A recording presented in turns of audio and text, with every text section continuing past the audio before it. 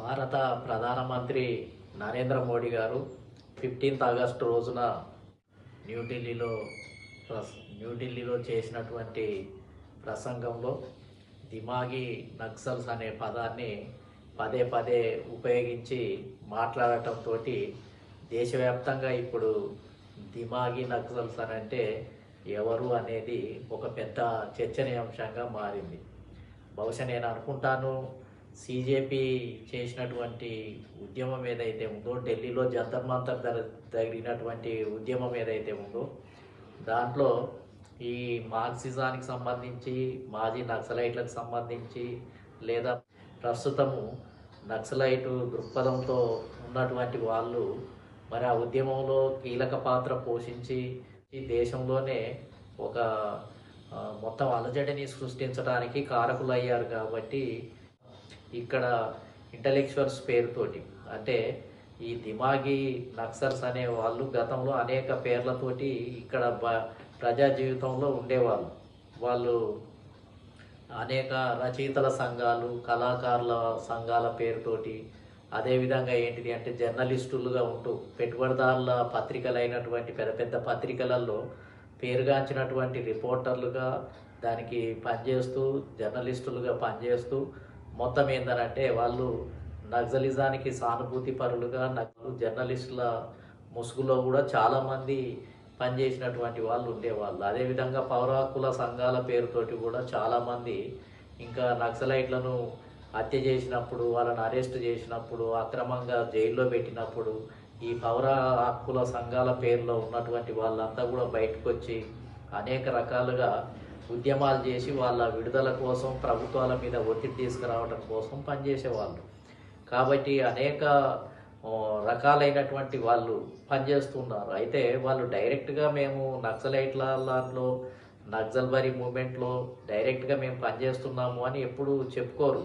కాకపోతే న్యూట్రల్గా ఉన్నట్టుగానే ఉంటారు, కానీ కమ్యూనిజం గురించి మాట్లాడుతూ ఉంటారు. అదేవిధంగా నక్సలైట్లు చేసే ఉద్యమం మంచిదే, దీనివల్లనే భారతదేశంలో కానీ అక్కడక్కడ కొంత వెసులుబాటు వస్తుంది, లేకపోతే ఈ దేశంలో ఇంకా అనేక రకాలైనటువంటి సమస్యలు ఉండేది అని దానికి సానుకూలంగా ఉండి మాట్లాడుతుంటారు. ఎక్కువగా యూనివర్సిటీలలో కానీ, టీచర్స్లలో కానీ, లేకపోతే అనేక రకాలైనటువంటి సంఘాలు రైతాంగ సమస్యల గురించి కానీ, లేకపోతే విద్యార్థి సంఘాలలో కూడా విద్యార్థి సంఘాలకు ఎక్కువ వాళ్ళు పెట్టిన మీటింగ్లకు వెళ్ళి ఈ దిమాగి నక్సల్స్గా ఉన్నటువంటి ప్రొఫెసర్స్ కానీ, లేకపోతే మేధావుల పేరుతోటి కోకొల్లలుగా ఉంటారు. అదేవిధంగా ఆ విధంగా ఉన్నవాళ్ళు విద్యార్థుల మీటింగ్కు, కమ్యూనిస్టు విద్యార్థి సంఘాలైనటువంటి వాళ్లకు క్యాడర్ క్యాంపులు నిర్వహించడం కానీ, వాళ్లకు సమాజం గురించి మాట్లాడటం కానీ, అనేక టాపిక్ల మీద సెమినార్లలో మాట్లాడుతూ పరోక్షంగా ఏందనంటే ల్యాండ్ గురించి, అదేవిధంగా అనేక సమస్యల గురించి, సామ్రాజ్యవాదం గురించి, పెట్టుబడిదారీ విధానం గురించి, భూస్వాముల విధానం గురించి, ఈ దేశంలో ఉన్న అసమానతల గురించి, ఆర్థిక అసమానతల గురించి పుంఖానుపుంఖంగా ఉపన్యాసాలు ఇస్తూ మొత్తం ఏందనంటే కమ్యూనిజం యొక్క ప్రభావాన్ని ప్రచారం చేస్తూ వాళ్ళు ఉంటారు. వీళ్ళందరూ కూడా ఏందనంటే అనేక రకాల పేర్లతోటి అనేక సంఘాలలో ఉంటూ అనేక ముసుగులు వేసుకొని వీళ్ళు డైరెక్ట్గా కొంతమంది ఏమో సగం మేము కమ్యూనిస్ట్ పార్టీలకు సానుభూతి పరులమే, మేము కొంతమంది ఏమో 100% కమ్యూనిస్టులమని చెప్పుకునే వాళ్ళు ఒక 10% ఉంటారు. ఆ విధంగా మాట్లాడుతూ న్యూట్రల్గా ఉన్నట్టుగానే నటిస్తూ ఉంటారు. కానీ వీళ్ళందరికీ కూడా ఏంటిది అని అంటే ఆ భావజాలం యొక్క ముసుగులో ఉండి బయట అనేక కార్యక్రమాలలో సమాజంలో ప్రభావితం చేస్తూ అనేక రకాలైనటువంటి వీళ్ళ యొక్క ఏజెండాను, వీళ్ళ యొక్క భావజాలాన్ని అక్కడ చొప్పించి ప్రజల ముందు ఉంచి ప్రజలలో ఏందనంటే ఇది తప్ప వేరే మార్గం లేదు అని ఆ విధంగా ప్రచారం చేస్తూ ఉన్నారు. కాబట్టి ఆ విధంగా మరి గతంలో సిపిఐ పార్టీగా ఉండి, ఒకటే పార్టీగా ఉండి, ఆ తర్వాత సిపిఐలో నుంచి సిపిఎం పార్టీ 1964లో స్థాపించబడి, ఆ తర్వాత 1969కి వచ్చేటప్పటికి నక్సల్బరీ మూమెంట్ రావటం, నక్సలైట్ సంఘాలలో, నక్సలైట్ సంస్థలలో కూడా అనేక పార్టీలు పుట్టుకొని రావటం, ఈ వీళ్ళందరికీ అనుబంధంగా మళ్ళీ సిపిఐకి సంబంధించిన మేధావులు వేరే వాళ్ళు ఉంటారు, కళాకారులు వేరే వాళ్ళు ఉంటారు, వాళ్ళ రచయితల సంఘం వేరే ఉంటుంది, సిపిఎం రచయితల సంఘం వేరే, వాళ్ళ మేధావులు వేరే, వాళ్ళ కళాకారులు వేరే, అదేవిధంగా నక్సలైటు కళాకారులు, నక్సలైటు రచయితలు, నక్సలైటు మేధావులు, అదేవిధంగా పౌర హక్కుల సంఘాలు, ప్రజా సంఘాలు, విద్యార్థి సంఘాలు, ఇట్లా 3 డివిజన్లుగా 3 రకాలైనటువంటి సంఘాలతోటి, మేధావి వర్గంతో ఆ విధంగా కొనసాగే పరిస్థితి కొనసాగింది. ఈ రకంగా భారతదేశంలో వాళ్ళు ఎక్కువగా యూనివర్సిటీలలో ప్రొఫెసర్ల ద్వారా ఏంటిది అని అంటే జేఎన్యూ దగ్గర నుంచి జవహర్లాల్ నెహ్రూ యూనివర్సిటీ కేంద్రం, జవహర్లాల్ నెహ్రూ యూనివర్సిటీ దగ్గర నుంచి మొదలు పెడితే అన్ని రాష్ట్రాల్లో ఉన్నటువంటి యూనివర్సిటీలలో, సెంట్రల్ యూనివర్సిటీలలో వాళ్ళు పాల్గొని పోయి వాళ్ళు కీలక పాత్ర పోషిస్తూ విద్యార్థులకు ఇండైరెక్ట్గా చొప్పిస్తూ విద్యార్థుల సంఘాలను ప్రోత్సహిస్తూ వాళ్ళు ఏంటిది అని అంటే ప్రతి దాని మీద సెమినార్ల రూపంలో, అనేక ఎన్జిఓ సంఘాల రూపంలో, అనేక రకాల ప్రాజెక్టుల రూపంలో, అదే రకంగా మొత్తం ఏంటంటే ఈ దేశంలో జరిగే మార్పులను అనేక పుస్తకాల రూపంలో, అనేక రకాలైనటువంటి ఆర్టికల్స్ రూపంలో చొప్పిస్తూ కొన్ని పెట్టుబడిదారుల పత్రికలలో కూడా వీళ్ళు కీలక పాత్ర పోషిస్తుంటారు. ఈవెన్ భారతదేశంలో ఉన్నటువంటి పెద్ద పెద్ద పత్రికలు, ఇండియన్ ఎక్స్ప్రెస్, హిందూ లాంటి పత్రికలు, ఇక్కడనైతే ఈనాడు, అదేవిధంగా జ్యోతి, సాక్షి, అదేవిధంగా ఉదయం పత్రిక వస్తే ఉదయం పత్రిక నిండా కమ్యూనిస్టులకు సంబంధించినటువంటి భావజాలం ఉన్నటువంటి వాళ్ళే అందులో రిక్రూట్ అయిపోతారు. మొత్తం ప్రజా సంఘాలలో పనిచేసి తర్వాత జర్నలిస్టుల రూపంలోకి వెళ్ళిపోతారు, కళాకారుల రూపంలోకి వెళ్ళిపోతారు. ఆ విధంగా వీళ్ళంతా పెద్ద మొత్తంలోనే రిక్రూట్ కాబడతారు. విద్యార్థి సంఘాల నుంచి బయటకు వచ్చిన తర్వాత, చదువు అయిపోయిన తర్వాత అనేక రూపాల్లోకి వెళ్ళిపోయి ఇంకా తమ పాత భావాలను, కమ్యూనిస్ట్ ఉద్యమంలో ఉన్నప్పుడు పనిచేసినటువంటి సంబంధాలను కొనసాగిస్తూ ఆ ఉద్యమానికి ప్రత్యక్షంగా పరోక్షంగా పనిచేస్తూ ఉంటారు. వీళ్ళంతా కూడా మళ్ళీ పెట్టుబడిదారుల ముసుగులలో ఉండి, పెట్టుబడిదారుల యొక్క పెట్టుబడితోటి పెట్టినటువంటి సంస్థలలోనే ఉండి పనిచేస్తుంటారు. కొన్ని ముఖ్యమైన అంశాలను కూడా ముందుకు తీసుకొని వచ్చి వీటిని ప్రజలలో వ్యాపింపజేసి కొంత అట్రాక్టివ్గా కూడా వీళ్ళు వ్యాసాలు రాయగలుగుతారు, నమ్మించగలుగుతారు. కాబట్టి ఇలాంటి వాళ్ళను కూడా పెద్ద మొత్తంలో రిక్రూట్ చేసుకునేవాళ్ళు. ఈ మొత్తం పెద్ద పెద్ద పత్రికలు, పెట్టుబడిదారులు స్థాపించిన ప్రతి పత్రికలో కూడా వీళ్ళే ఈ నక్సలిజానికి సంబంధించి, మార్క్సిజానికి సంబంధించి, లేదా కమ్యూనిస్టు సిపిఐ, సిపిఎం, నక్సలైటు సంఘాల నుంచి, పార్టీల నుంచి తయారైనటువంటి వాళ్ళంతా వీళ్ళందరూ కూడా ఏంటంటే వీటిలలోనే స్థావరాలు, మళ్ళీ యూనివర్సిటీలలోనే పెద్ద పెద్ద జీతాలు తీసుకుంటూ వాళ్ళ పిల్లలందరినీ కూడా మళ్ళీ ఫారిన్ పంపిస్తూ ఈ విద్యను అభ్యసిస్తూ మళ్ళీ వాళ్ళంతా కూడా వాళ్ళు లోకంగా ఉంటారు. కేవలం ఏంటంటే తండ్రులు మాత్రమే ఈ నక్సల్స్ ప్రభావానికి, మార్క్స్ కమ్యూనిస్ట్ యొక్క ప్రభావానికి లోనవుతూ వాళ్ళే ప్రచారము చేస్తూ ఉంటారు. మరి గతంలో అడవులలో పోరాటం చేసినప్పుడు కూడా వీళ్ళు బయట ప్రజా జీవితంలో ఉండి మొత్తం ఏంటంటే ప్రజలలో ఉండి, ప్రజలలో వాళ్ళకు కావలసిన వాళ్ళను సప్లై చేయడానికి, ప్రభావితం చేసి వాళ్ళను అక్కడికి మరి పంపించడానికి, ప్రోత్సహించడానికి వీళ్ళు ఇక్కడ ఉండి పంపించేవాళ్ళు.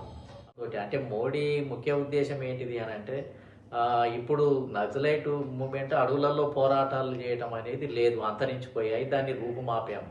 ఇక వాళ్ళంతా కూడా ఇప్పుడు ప్రజాక్షేత్రంలోకి వచ్చారు కాబట్టి, ఇంకా ప్రజలలోకి వచ్చారు కాబట్టి, ఇంకా వీళ్ళంతా కూడా ఇంటలెక్చువల్స్ పేరుతోటి కమ్యూనిస్టుల పేరు అని కొంతమంది కమ్యూనిస్ట్ ఇంటలెక్చువల్స్ అని చెప్పుకుంటారు, కొంతమంది కమ్యూనిస్ట్ ఇంటలెక్చువల్స్ అని చెప్పుకోరు. న్యూట్రల్గా ఉంటూనే అనేక ఉద్యమాల్లోకి దూరిపోయి పనిచేస్తూ ఉంటారు. కాబట్టి ఇప్పుడు కనపడ్డ ఉద్యమంలో కల్లా కొంతమంది అందులోకి దూరిపోయి వీళ్ళ యొక్క భావాలను, వీళ్ళను ఎవరినైతే వ్యతిరేకులుగా ఉంటారో అదేవిధంగా వీళ్ళకి ఇష్టం లేని పార్టీలను దెబ్బతీయటానికి, వీళ్ళకి ఇష్టం లేని ప్రధానమంత్రులను, ఇష్టం లేని ముఖ్యమంత్రుల ఎడల మొత్తం ఏంటంటే వ్యతిరేకతను సృష్టించడానికి, భావజాలాన్ని పెంపొందించడానికి వీళ్ళుగా నిర్విరామంగా పనిచేస్తారు. కాబట్టి ఇప్పుడు సమస్య ఏంటి అని అంటే డైరెక్ట్గా పోరాటం చేసే నక్సలైటు పార్టీలతోటి కాదు, దళాలతోటి కాదు, ఇప్పుడు ఇండైరెక్ట్గా నక్సలైట్లని చెప్పుకోకుండా, అదేవిధంగా సానుభూతి పరులమని కూడా చెప్పుకోకుండా, కమ్యూనిజం పేరే చెప్పకుండా, కమ్యూనిస్టులం అనే పేరు చెప్పుకోవడానికి కూడా ఇష్టం లేకుండా,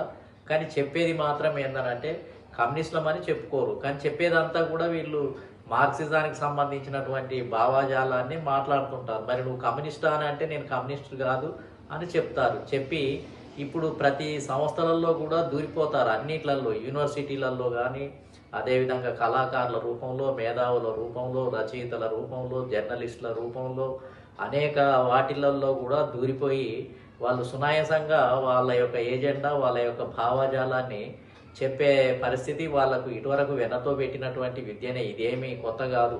బ్రిటిష్ కాలంలో కూడా 2 సార్లు సిపిఐ భారత కమ్యూనిస్టు పార్టీ మీద నిషేధం ఉంటే, బ్యాన్ విధిస్తే వాళ్ళందరూ కూడా చాలా చాకచక్యంగా మొత్తం కాంగ్రెస్ పార్టీలో దూరిపోయారు. కాంగ్రెస్ పార్టీలో లీనమైపోయి సోషలిస్టులతోటి కలిసి కాంగ్రెస్ పార్టీలో తమ యొక్క ఏజెండాను దాంట్లో ముందు పెట్టి కమ్యూనిస్టులుగా మార్చే కార్యక్రమాన్ని కొనసాగించారు. 1920 నుంచి 34 వరకు కూడా కాంగ్రెస్ పార్టీలోకి ఎంటర్ అయిపోయారు. ఎప్పుడైతే బ్యాన్ విధించగానే కాంగ్రెస్ పార్టీలోకి వెళ్ళిపోయి అందులో ఉండి ఈ కాంగ్రెస్ పార్టీ వల్ల అసలు స్వాతంత్రం రాదు, వీళ్ళకి అది లేదు, వీళ్ళు రాజీ పడిపోతారు, వీళ్ళ మితవాదులు ఉన్నారు, వీళ్ళ వల్ల అయ్యేది ఏం కాదు, ఇంకా పోరాటం సాయుధ పోరాటం తప్ప ఒక ఆర్మీని తయారు చేసుకొని బ్రిటిష్ వాళ్ళకి వ్యతిరేకంగా బాంబులు వేసి మొత్తం దేశంలో ఒక ప్రజా సైన్యాన్నే తయారు చేయటం వల్లనే బ్రిటిష్ వాళ్ళను ఓడించగలుగుతాం, అదే మార్గము అని కాంగ్రెస్లో ఉన్న కార్యకర్తలను, నాయకులను తమ వైపు తిప్పుకోవటానికి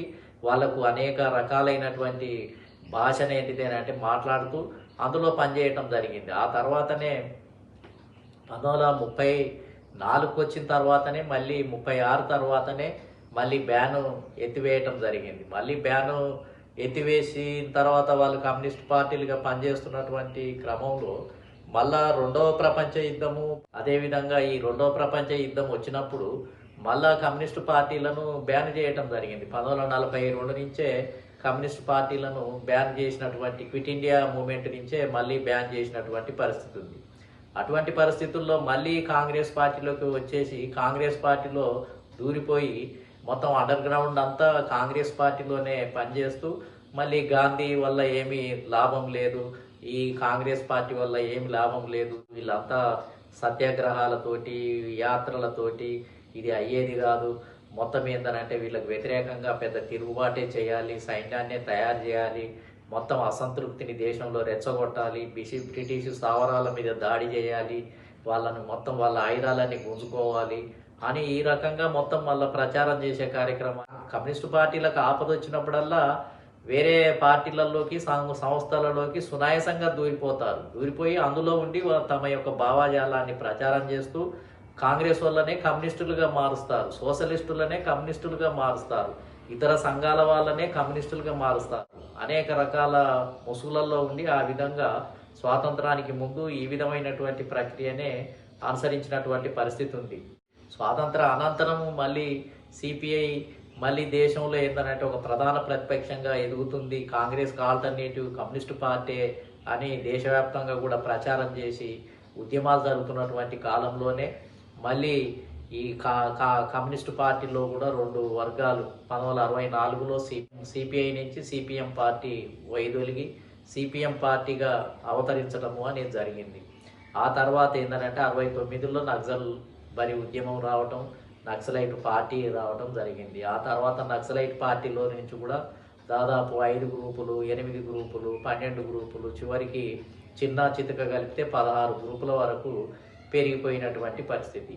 ఇంకా వీళ్ళంతా కూడా ఏంటంటే ఏఐఎస్ఎఫ్ నుంచి మొదలు పెడితే మళ్ళీ ఎస్ఎఫ్ఐ, అదేవిధంగా డిఎస్ఓ, ఆర్ఎస్యు, పీడిఎస్యు అనేక రాష్ట్రాల్లో వేర్వేరు పేర్లతోటి కమ్యూనిస్టు విద్యార్థి సంఘాలను స్థాపించుకొని, అదేవిధంగా అనుబంధ సంఘాలను స్థాపించుకొని, మహిళా సంఘాలను స్థాపించుకొని, మరి అనేక రకాల పేర్లతోటి ప్రజా సంఘాల పేర్లతోటి ఉండి వాళ్ళు తమ యొక్క భావజాలాన్ని ప్రచారం చేస్తారు. అనేక రకాలగా పనిచేసే నాయకులుగా వాళ్ళను ప్రొడక్ట్ చేసి పంపించే కార్యక్రమం కొనసాగేది. కాబట్టి ఇప్పుడు నక్సల్బరీ మూమెంట్ అంతరించిపోయిన తర్వాత వీళ్ళంతా కూడా నక్సలైట్లంతా సరెండర్ అయిపోయిన తర్వాత ఇప్పుడు వీళ్ళందరూ కూడా ఏంటంటే ఇంకా అనేక రకాల పేర్లతోటి కనపడ్డ ఉద్యమంలోకల్లా దూరిపోతారు అనేది ఇంకా వీళ్ళతోటే ప్రమాదం ఉంది. ఇంటలెక్చువల్స్ లాగా అంటే దిమాగి నక్సల్స్ అని అంటే ఇంటలెక్చువల్స్ రూపంలో ఉంటారు, ప్రజాతంత్రవాదులు. వీళ్ళు అనేక పేర్లు పెట్టుకుంటారు. వీళ్ళంతా కూడా ఏంటంటే ఉద్యమకారులుగా పేర్లు పెట్టుకొని వీళ్ళు చేసేది ఏంటిది అని అంటే తనకిష్టం లేనటువంటి వాళ్ళ మీద రెచ్చగొడతారు, వ్యతిరేకులుగా సృష్టిస్తారు, వాళ్ళను ప్రధాన శత్రువుగా సృష్టిస్తారు, దుమారం లేపుతారు, అబద్ధాలను సృష్టిస్తారు. మొత్తం తనకిష్టం లేని పార్టీ, ఇష్టం లేని నాయకుడు ఎవరన్నా ఉంటే కనపడ్డ వాళ్ళందరినీ కూడా పెట్టి రెచ్చగొట్టి ముందుకు దోసేస్తారు. కాబట్టి అంటే వీళ్ళతోటే ఇప్పుడు మనకు వచ్చే సమస్యలన్నీ వీళ్ళతోటే వస్తాయి అనేది మోడీ యొక్క ఉద్దేశం అయి ఉంటుంది.